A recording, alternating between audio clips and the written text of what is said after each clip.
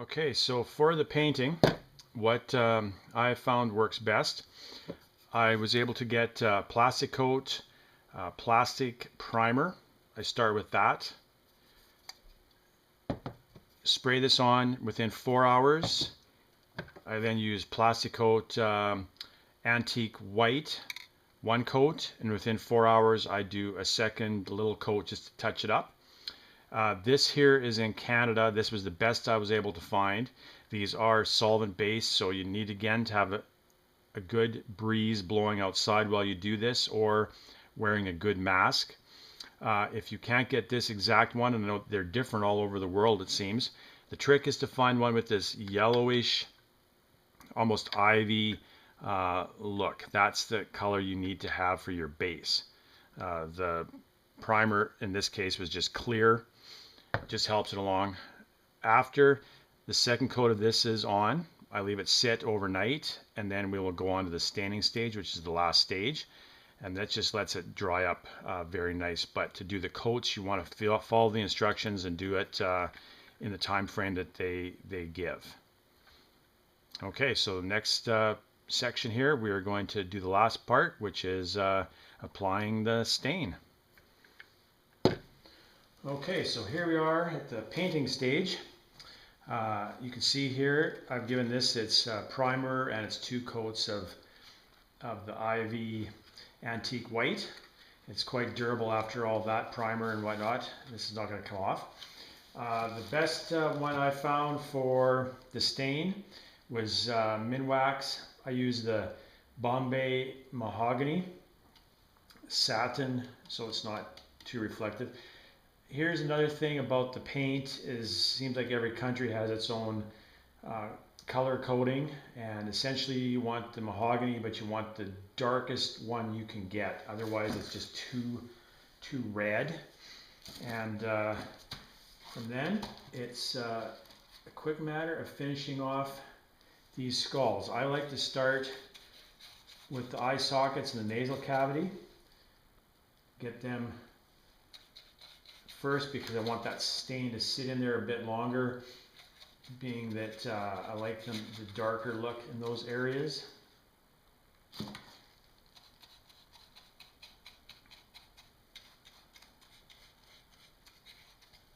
And then what I like to do is find where the most wrinkles are and do those next.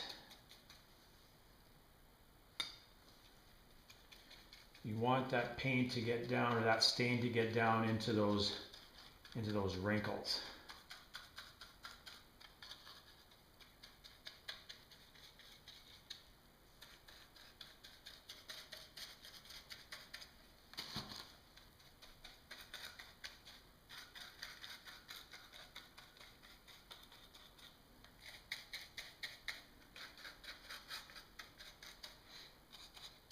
Now, if you want, you can leave this sit for a couple of minutes, and that will make it overall darker.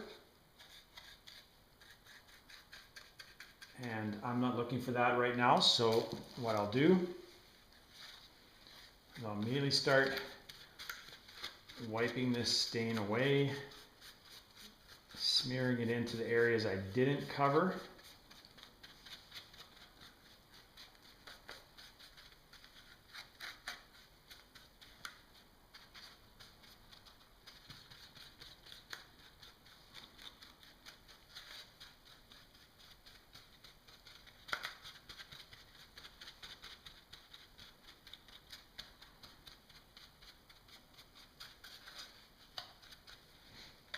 And you can see it's already started to take on its own little character.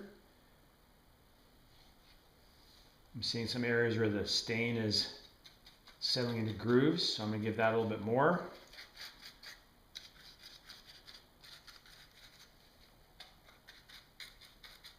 I am going for the more rotty flesh look. Obviously, if you're doing this against a gray wall, you can just do the gray spray paint. You can skip all these extra steps.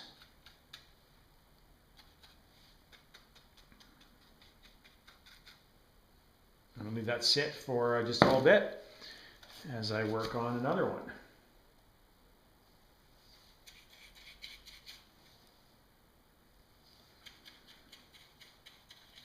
This one you can see the eye sockets, or maybe you can't see, but the eye sockets are quite deep. I got a good form on this one, but I did blow out the nostril. I pushed too hard on the sponge.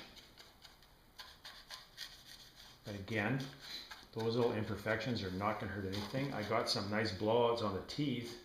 That was not intentional, but it's actually going to work really well.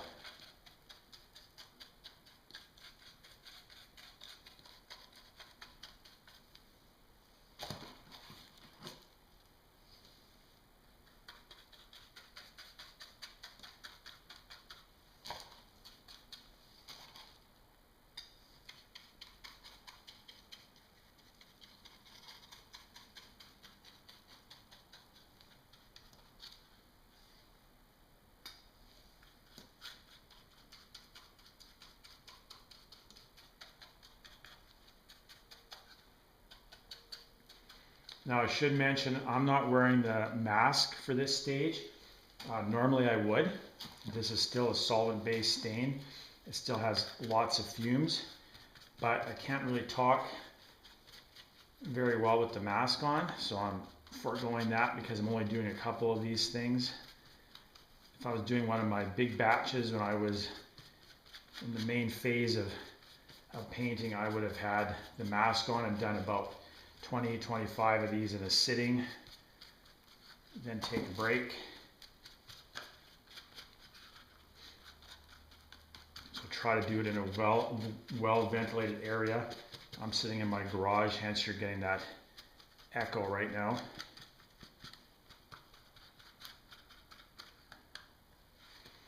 Okay, so that one is looking very good as well. You see how the stain is sitting in some of those slots. You want to keep it from trying to pool up too much in areas. I'll go back to this other one now. Start dabbing off and dabbing on.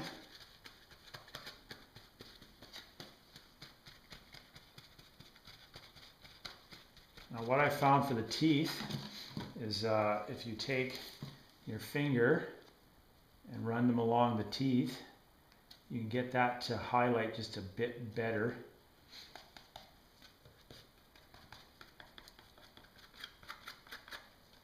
And you want to watch for brush or rub marks. You'll definitely be able to tell when they happen.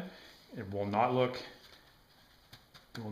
right. It will look like a pattern. So dabbing is preferred over rubbing, although if you rub, you can clean off areas a bit better. Give it some contrasting looks.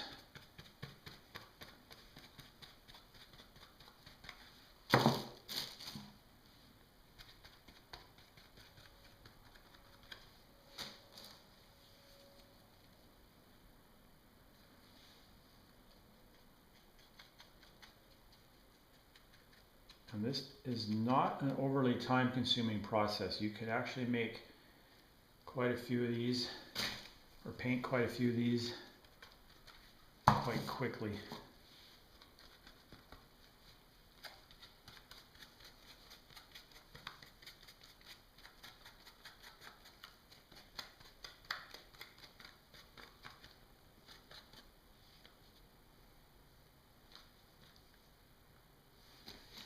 Now I try to also not have it pool too much in the eye sockets.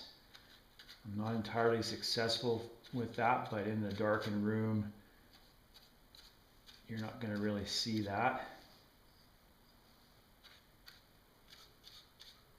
And I do let these dry overnight before I package them up and put them away till it's time to set it up for Halloween.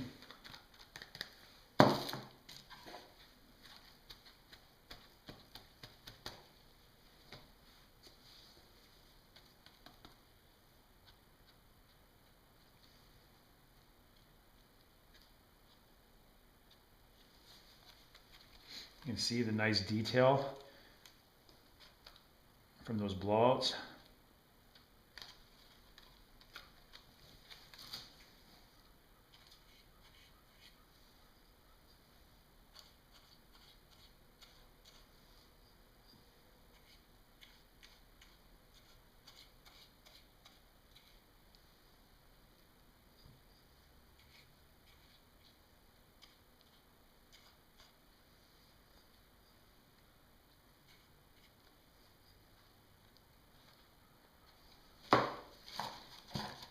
I'm quite happy with those.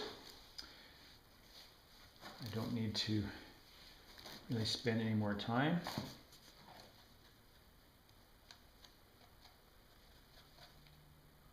And I'll just let those dry overnight.